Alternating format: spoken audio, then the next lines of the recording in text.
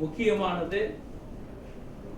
அதை முன்னெடுக்கிறதுக்கு Asia ஓஷியானியா federation of sexology சில முக்கியமான முடிவுகளை நம்ம எடுத்திருக்கோம்.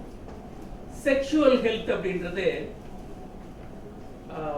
பாலியல் ஆரோக்கியம் மட்டுமல்ல, ஒரு ஹெல்த்தை முன்ன கொண்டு போறது மட்டுமல்ல, ஒரு நோயில்லாத தன்மை மட்டுமல்ல, ஆரோக்கியம், அதோட தாம்பத்தியம் என்பது மரியாதையோட, ரெஸ்பெக்ட்ஃபுல், சேஃப்டி, பாதுகாப்போட, டிஸ்கிரிமினேஷன் இல்லாமல், பாகுபாடு இல்லாமல், அதே மாதிரி வன்முறையில் இல்லாமல், வயலன்ஸ் இல்லாத ஒரு விஷயமாக இருக்கணும்.